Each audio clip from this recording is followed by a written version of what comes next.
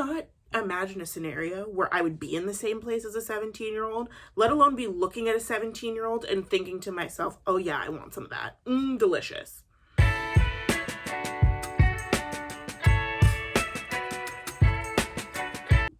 On July 14th, 2024, D'Angelo Wallace threw the first brick at Stonewall, by which I mean he made a 14-minute and 54-second video about popular commentary YouTuber Cody Ko and Tana Mongeau's long-standing, yet for some reason widely ignored, allegation that he had, with her when she was underage. Throughout the summer of 2024, over the summer of 2024, the allegations that Tana made that Cody, who was at the time 25, slept with her, who was at the time 17, at a Playlist Live event in April of 2016 have slowly been resurfacing, and they've largely been met by silence from Cody himself and from his colleagues in the commentary community. That all stopped when D'Angelo Wallace dropped his bomb, making this video addressing Cody specifically and also the rest of the commentary community, and basically asking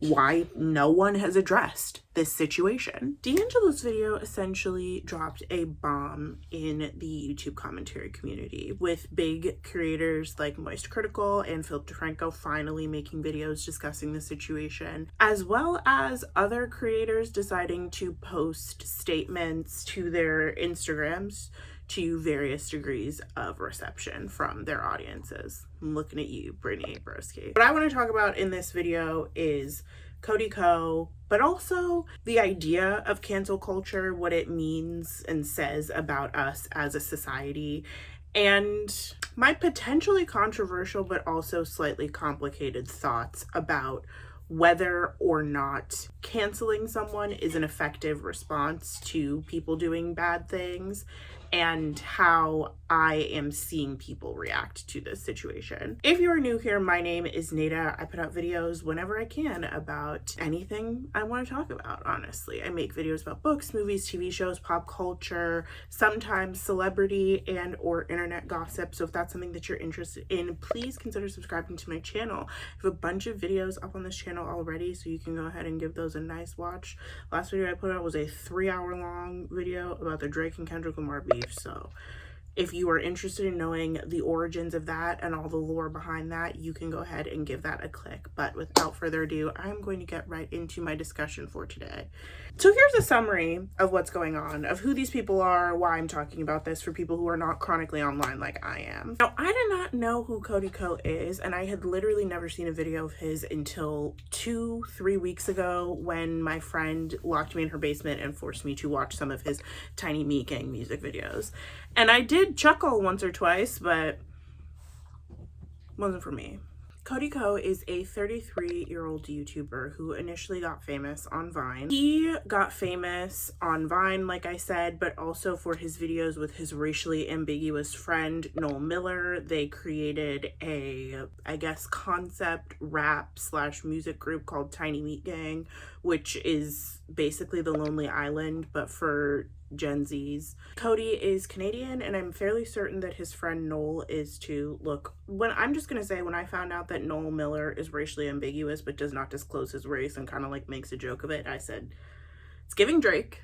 I bet he's Canadian, and lo and behold, yeah. So, but Cody Ko is also a name that I have heard on the internet for a very long time. I personally was never interested in watching his videos because he has strong frat bro energy. Come to find out, he actually was in a frat at Duke University. And he also simply has the face of a white man who says the N-word. And come to find out, he has also said the N-word multiple times in videos that still live on the internet to this day. Recently, over the past couple of years, I've noticed him go through this kind of woke rebrand, or this feminist, if you will, rebrand as a family man and like a wife guy ever since he got into a relationship with his now wife, Kelsey Kreppel, who recently gave birth to their first son, Otis. Kelsey has made a name for herself online too. She was most recently featured on a podcast by some of my favorite online creators called Pretty Basic, which is hosted by Alicia Marie and Miss Remy Ashton. And Kelsey was interviewed on there. She was pregnant when she did the interview. I did not watch or listen to that particular episode because I don't care about Cody Ko, and I have never engaged with any of his content. That being said, I do understand why people like him. I understand why people like anything. Made a bunch of videos on this channel dogging out Sarah J. Maas in the books that she writes, but I still understand why people like it because, you know, we like what we like. Tana Mongeau similarly started on Vine, transitioned over to YouTube around 2016 when Vine stopped being a thing, and is, in a word, controversial. In several, one of the most hated women on the internet, or had been for several years. I mainly knew her for her many controversies around saying and or disavowing ever saying the N-word, to which I said, I'm good. I don't want to get invested in that person. And so I didn't. It's also just like general cringe behavior that people kind of have a problem with from her. She's also the poster child of the "my hairdresser robbed me" style of storytime videos, in which you click on the video because of the insane thumbnail and the crazy title, and then you watch the video, and this story is nothing like that. It's nothing of the sort. The hairdresser did not in fact rob her. She simply accidentally charged her card twice and then refunded her the second time that she charged her. Story times like that. So for years now, Tana Mongeau has been talking about her experience with Cody Ko. And I know that it's been going on for years because I'm fairly certain that the first time I ever heard this man's name was because someone mentioned the collab video that they did together where she gets up and walks away and he's staring at her ass when she was 17 and he was 25. She also has mentioned multiple times that she hooked up with Cody Ko when she was 17 and he was 25. The situation has kind of come to a head because Tana recently made a podcast episode where she discussed the situation more in depth and talked about her experience with him, how she's moved on from it, and also her slowly coming to the realization that what happened between them was in fact wrong, even if she does not necessarily label it as trauma. Tana is someone who I watch from a distance because if I get too close, I start to get stressed out. Even with that all being said, I would never want anything like this to happen to anyone. Tana met him when she was young, a fan of his, had grown up watching him, and not only did they have that power dynamic at play in their relationship, but also he is 8 years older than her. It was a messed up situation, and that is what D'Angelo brings to light in his video. This was kind of the open secret of the YouTube commentary community until D'Angelo Wallace put out this video on July 14th, directly calling basically everyone out, saying, why are we all pretending like this isn't happening? D'Angelo Wallace is the king of doing that. If you remember Shane Dawson and Jeffree Star getting canceled in 2020, D'Angelo Wallace was part of the reason that happened. He made hours-long videos about Shane Dawson, Jeffree Star, Tati Westbrook, that whole situation between all of them. I don't think that he still has those videos up on his page. If he does, I will link them down below.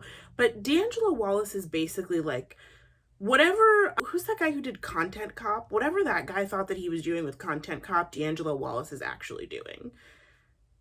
And it's kind of funny I say that because that Content Cop is part of what got Tana into the whole N-word controversy in the first place. The response to this information about Cody's actions as a fully 25-year-old man has not passed the vibe check, to say the least.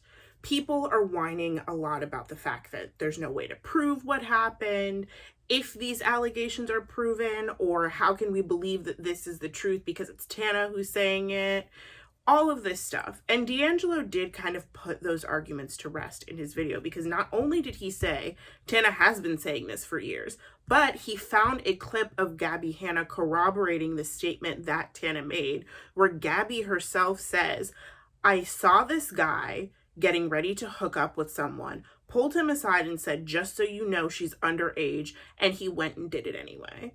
And that in and of itself is damning. It's two completely different people giving the same story. Granted, neither of these people are the internet's favorite person. However, they are saying the same thing.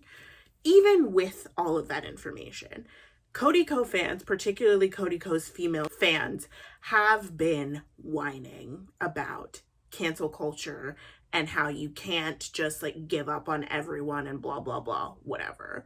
This to me is revealing a tale as old as time about what we as people do when people who create things that we like do bad things. We see how hard it is to cancel someone when someone who we like does something bad. And once again, I will say, I didn't know who Cody Ko was. I had never seen anything that he had made until this year, 2024. And he's been on the internet for like 10 years.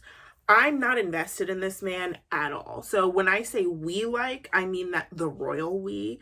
But people who are fans of him and really enjoy his content are spiraling on the internet, spiraling on Maine, trying to find ways to justify him violating a child. And there is this push to make Tana the villain in this situation, even as we are in the midst of the Tanaissance. I have noticed over the past few years, just as Cody Ko has had his rebrand as this family man, this like wife guy with his relationship with Kelsey, Tana has had a similar rebrand as well. She has been doing the Canceled podcast consistently with Brooke. She's been going viral on TikTok multiple times. She's been not getting in drama as often as she used to. And she has been going out onto the podcast and shows of her friends like Trisha Paytas and Jeff Wittick, and really like showing people those strong relationships in her life and getting people to like her through like her strong relationships with other people that they already like. So I feel like Tana has kind of changed her image from like she's a little bit like Drew Barrymore to me, you know, like Drew Barrymore started out being the wild child, that's what the word is.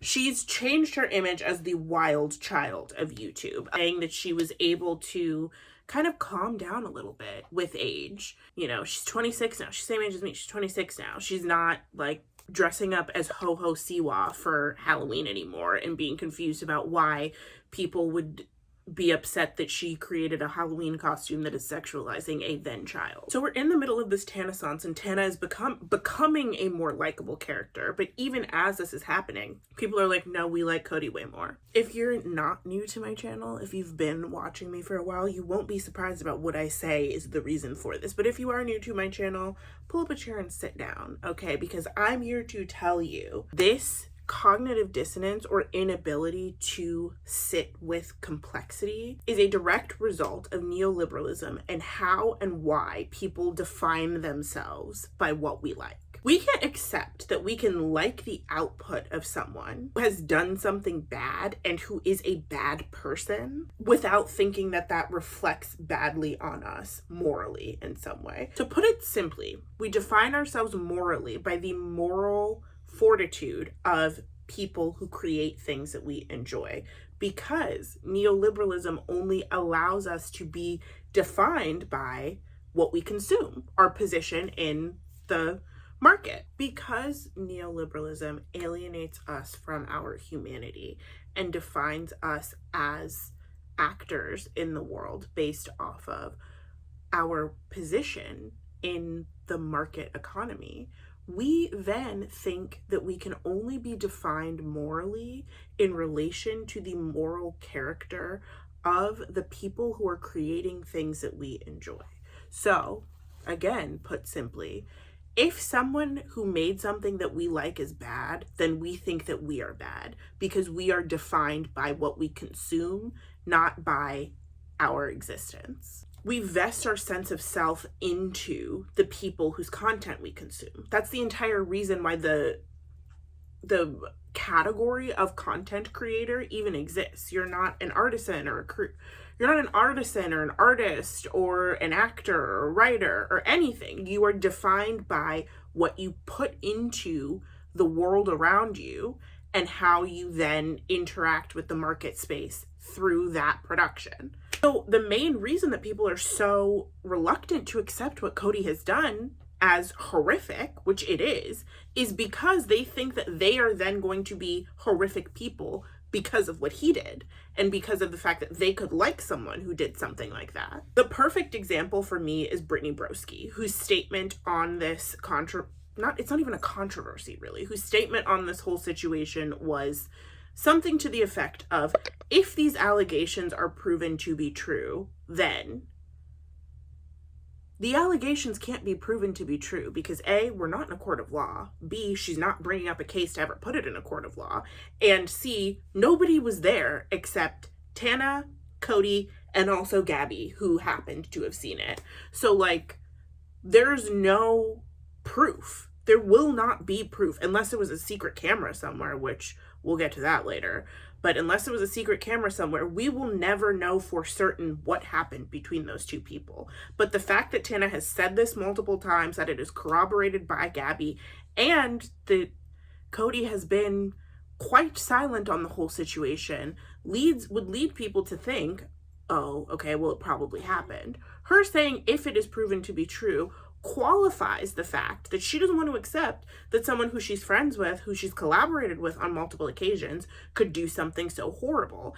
And let me stress the fact that this was horrible.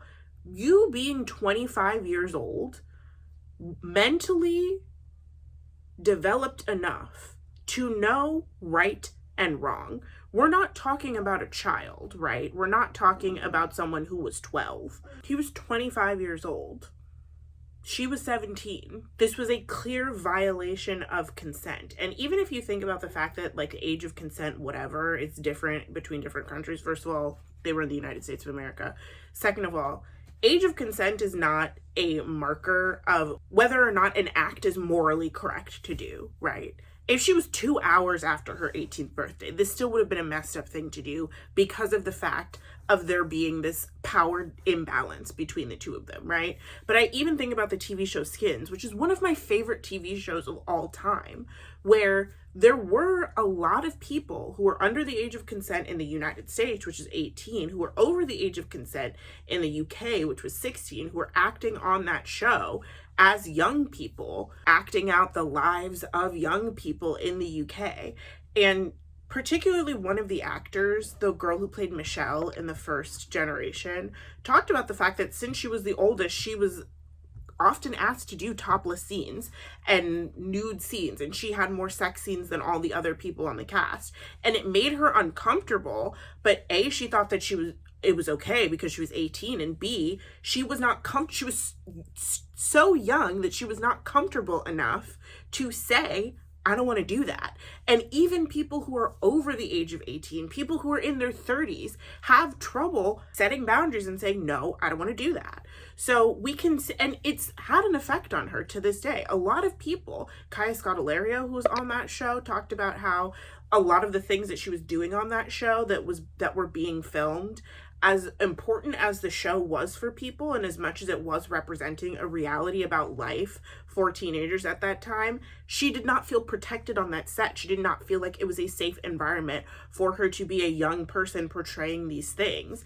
And so just because something is technically legal, just because she was over the age of consent when she was filming sex scenes and, like, being half naked on television, does not mean that it did not have an impact on her psychologically because her boundaries were violated or tested or pushed, or she was not in a scenario where she felt safe enough to express herself. And it's okay for us to say that this man is not a good person, because once again, we're not talking about something that he did when he was like a baby, 7, 8, even 12 years old. Even then, I would have some questions about why a 12-year-old is doing these things. You know, what type of environment are they living in? What things do they think are okay? But we're talking about somebody who is 25 years old. I just turned 26 this year. I cannot imagine a scenario where I would be in the same place as a 17-year-old, let alone be looking at a 17-year-old and thinking to myself, oh yeah, I want some of that. Delicious. Ew. Ew. I feel comfortable saying that he's not a good person, not just because of this choice that he made when he was fully 25 years old, but also because of some allegations that have come out about one of his close friends, one of the men who was standing up at his wedding with him, you know, a groomsman, who was alleged to have and raped a young woman while they were in college. And there was enough credible evidence that he was allegedly, I think, I don't know if this is true for sure, but allegedly suspended from the school. So there was enough evidence for a college to take disciplinary action against this person, which, if you know anything about the landscape of essay at US universities, it's not that great, especially if the universities are handling the case. There was enough evidence for them to do that, but there was also allegations that he filmed this woman without her consent and distributed that video to people in the frat that he was in with Cody. This is a person who he had at his wedding. This is a person who he still maintains a relationship with. The likelihood of him not knowing that any of that was happening while they both went to school together at the same time is slim to none. For me, it's literally giving that like final scene from the movie Promising Young Woman where the guy is at his wedding about to get married and then gets arrested for unaliving someone, and the groomsmen who are standing up with him are also people who either knew about an essay that happened when they were in college and didn't do anything to out the person who committed the crime or the person who committed the crime. The people who are complicit in and ignoring the bad behavior of people who have committed are just as bad as those people themselves, because you could have contributed to somebody receiving justice for a violation against them, and instead of doing that, you did nothing. People have been saying, oh, poor Kelsey, oh, I feel so bad for Kelsey, blah, blah, blah. I was talking to my friend about this yesterday, and for a second I was like, well, you know, they just had a baby, like, they're married now, that's a lot of your life to change for something that happened 9 years ago. But then I thought about it, and she also mentioned, she was like, he was fully 25. Like, he was who he was going to be when he did this thing. I would not be able to live my life and raise a child, especially not a male child, with someone who could make the choice to be intimate with a child as an adult and have the types of people that he has around, even, and to the extent of standing up at my wedding. That would drive me wild. I would not be able to do that. Divorce, babe, divorce. Like, that might be the only answer at this point. You might say that people can grow, people can change. Yes, they can. But the forgiveness that might come from that growth and change, A, is Tana's to give first and foremost, and B, would have to come with a lot of introspection and inner work. You would have to really interrogate for yourself why you, as a grown man, thought it was an acceptable thing to sleep with someone who was underage simply because you wanted to, even after you knew for a fact that that was the case, because somebody went up to you and told you exactly how old she was. And even in that clip that D'Angelo includes in the video from Gabby Hanna, she's like, I know she looks older. I've seen videos of Tana at that age. I've seen pictures of myself at that age. She does not look older. I would not look at that person and think, oh yeah, that's somebody that I should be naked around. I actually think that I'm too grown to be seen naked by a person who's at that age. That makes my skin crawl. Ugh. Restorative justice is not just a term to be thrown around when somebody who we like does something wrong. It requires a complete restructuring of our society. It doesn't organize us around neoliberal capitalism. It requires a complete restructuring of our society in a way that does not organize us around neoliberal capitalism. This is something that's possible. Like, moving towards a politic of restorative justice and teaching people and learning with people and growing with people and changing with people even after they do something wrong is possible, but it's not easy, and it's not happening today with Cody Ko. And that might be hard for a lot of people to digest because it doesn't provide an easy answer that would make them feel good about still watching his videos. But it's not easy, and it's not comfortable, and it's not going to be comfortable while we wait for and work towards that change happening. I started experimenting with my makeup before bed, so don't mind the vampy lip. But I realized that I forgot to make this point, which is that my main question is functionally, what is Cody Ko addressing this situation going to do? You know, this is no shade or hate to D'Angelo, but it seemed that the main point of his video was to get Cody to say something, to get other people to say something.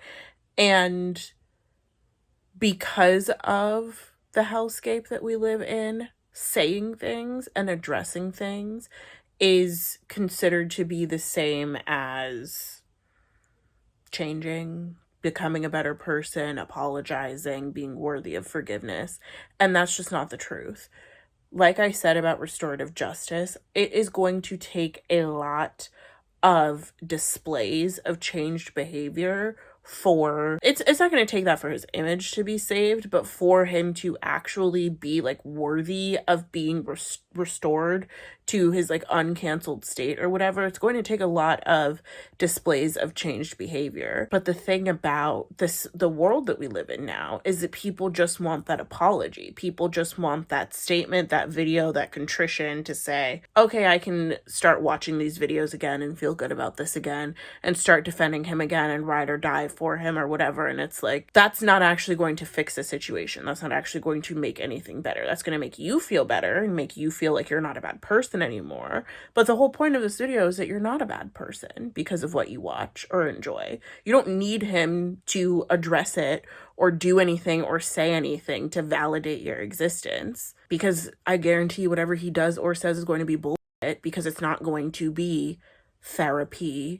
Him saying I'm a nasty, disgusting man and I deserve the worst. It's not going to be him disavowing his best friend. It's not going to be his wife being like, oh wait, this guy is actually a bad person and I shouldn't have married him. I should leave him. Or her saying, I demanded that he go to therapy and talk about his being okay with taking advantage of someone in that way so that I could see that he has displayed change behavior and become a new person. No, none of that's the case. And for any of that to happen would require so much that probably never going to happen. Whatever he ends up saying, people are going to tell themselves that it is okay to re-stan or start watching again, when the thing is, you never had to stop in the first place, because you liking him doesn't say anything about you. Him making some BS statement also doesn't say anything about him. It's just what's expected of him in the world that we live in. The thing is, for good people who are conflicted about ever liking Cody Ko or still liking him, even with this information that he is a bad person. He is a bad person. Like, not just he does bad things, but he is a bad person. You have to be able to live with that discomfort while we are still living in this shite world that does not allow us our humanity, that reduces us to our role and contributions to a market economy. And there are some people who I am absolutely 100% boycott for life. I've never seen a Woody Allen movie. I've never seen a Roman Polanski movie, because I think that those men are nasty. And I think that the things that they were accused of doing and convicted of doing are nasty. But I also recognize that I don't have any association with them. I did not grow up watching Woody, is that his name? That doesn't sound like a real name. I did not grow up watching Woody Allen. I didn't grow up watching Roman Polanski. I was never like, I knew about the things that they did before I knew about the art that they put out. So that's not a struggle for me. But for people who do struggle with the idea of, oh, I have to stop watching this person. I have to stop listening to this person. I have to stop interacting with this art because it makes me a bad person if I don't cancel this person. What if I challenged that and said it doesn't make you a bad person. It doesn't make you anything.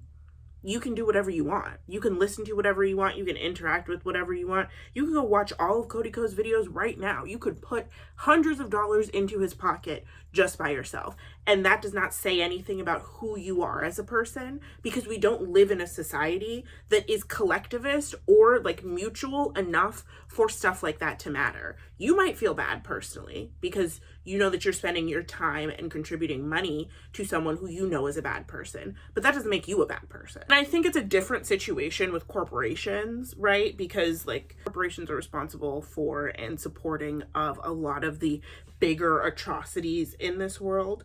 But when we're talking about on an individual level, which is the thing that I think people feel like they have the most control over, it's not that easy to boycott Amazon if that's the only place that delivers to the place where you live. It's not that easy to boycott McDonald's if that's the only food that you can avoid. I'm currently boycotting Starbucks, which when I want a coffee on the go is kind of hard, but I'll do that because I think that they are an abhorrent company and an abhorrent association. But that is not individualized in the same way that boycotting and or canceling a human being is. And us boycotting and or canceling a human being as a way of boosting ourselves up morally is not going to save us as a human collective. Us not spending our economic dollars on corporations, which as a market share have a lot more value in our society because they contribute a lot more to the market. And under neoliberalism, that's basically what makes you worthy of existing. Yeah, I think that that does do something. But individual quote unquote cancellations, so play Kodak Black, what's going to happen? Is somebody going to jump out of the phone and say, j'accuse? No. We have to learn how to live with and sit with complexity. We will never be free if we don't learn how to live with and sit with complexity.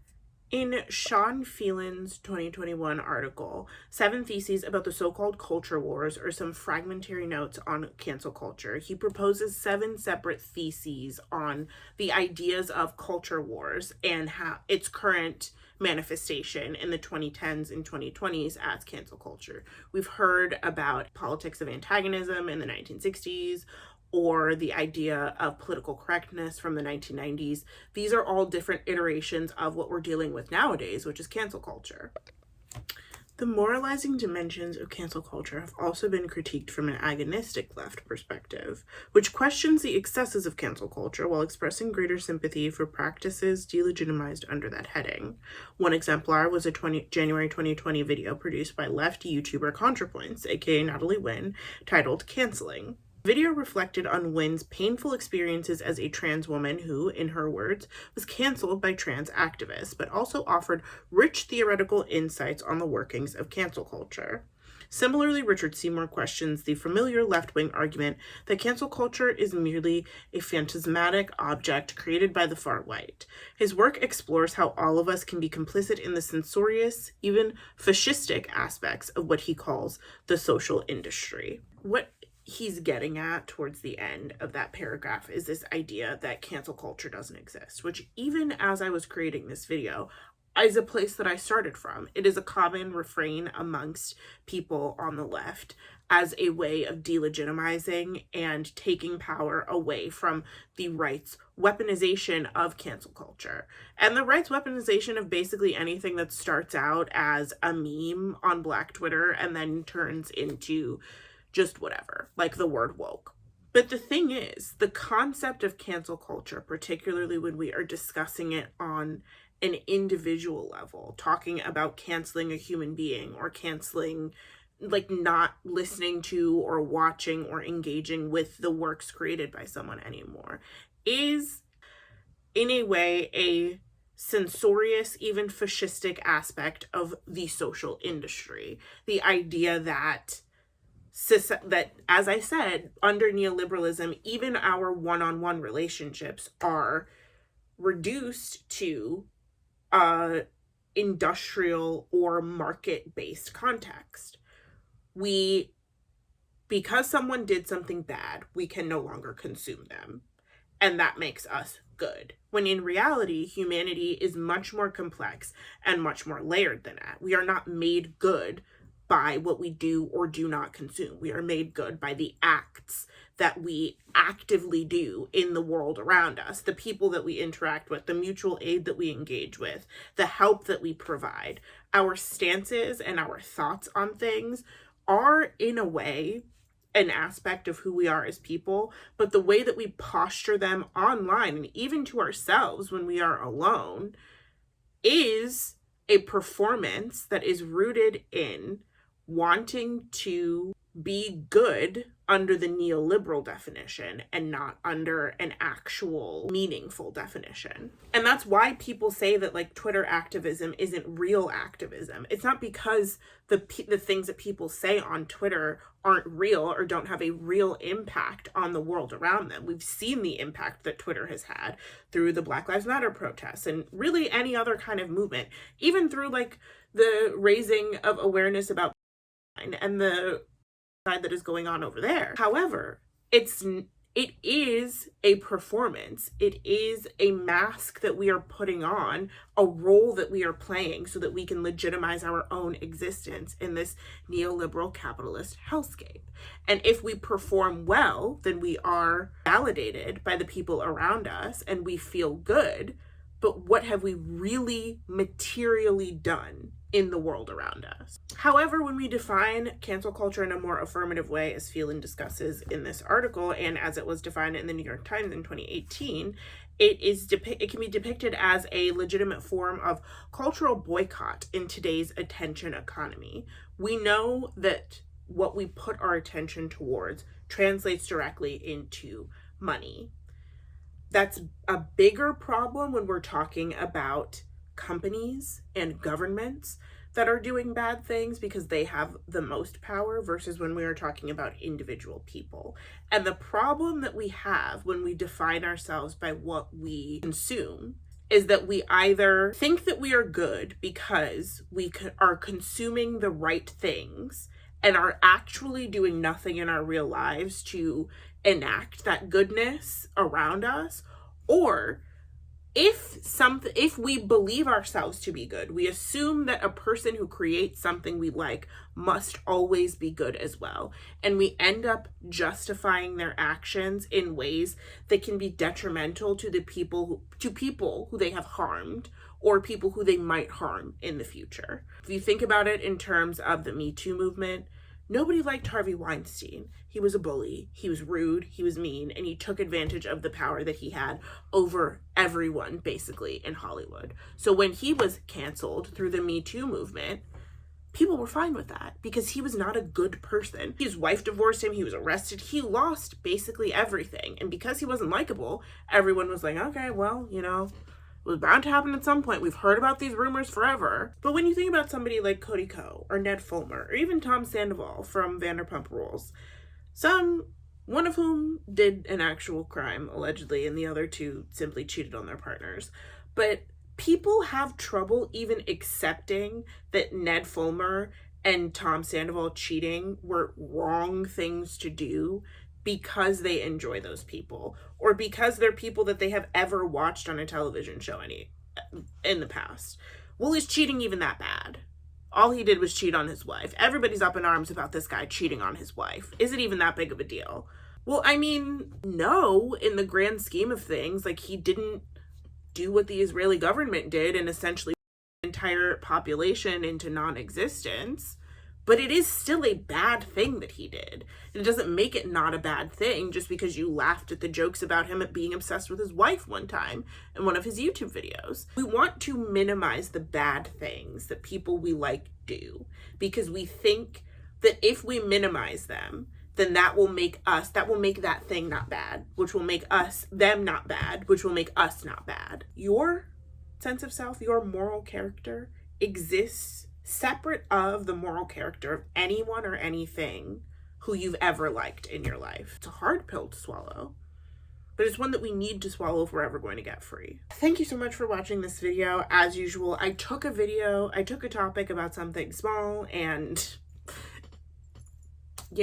not really related and turn it into something even bigger. But that's what I do on this channel.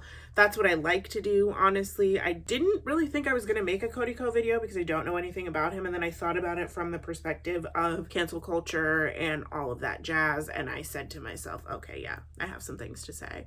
I have left some links in the description down below about the idea of cancel culture, a left-leaning critique of it, and talking about cancel culture in the context of the neoliberal hellscape that we are living in. It got very complicated and high-minded towards the end there. If you stayed for the end, thank you so much for watching this entire video. I really appreciate it. Please don't forget to give this video a thumbs up. That does really help to push my videos out to other people in the algorithm. Leave a comment down below asking me a question or giving me your thoughts on the whole Cody Ko situation. Were you a fan of him? Did you like him? Again, I avoided him, and I'm not saying that to be like, oh my god, like I literally just was like, that's a white man who got famous on Vine. I feel like he's might be a little racist or have done something racist, and I'm not interested. And But if you liked him, tell me why. What was it about him that was appealing? If you still like him, if you have conflicted feelings about him, but my video has helped like illuminate some of that for you, again, let me know in the comments down below. And please don't forget to subscribe to this channel. I put out videos whenever I can about popular culture and anything I want to talk about. So once again, thank you so much for watching, and I will see you in the next one. Bye!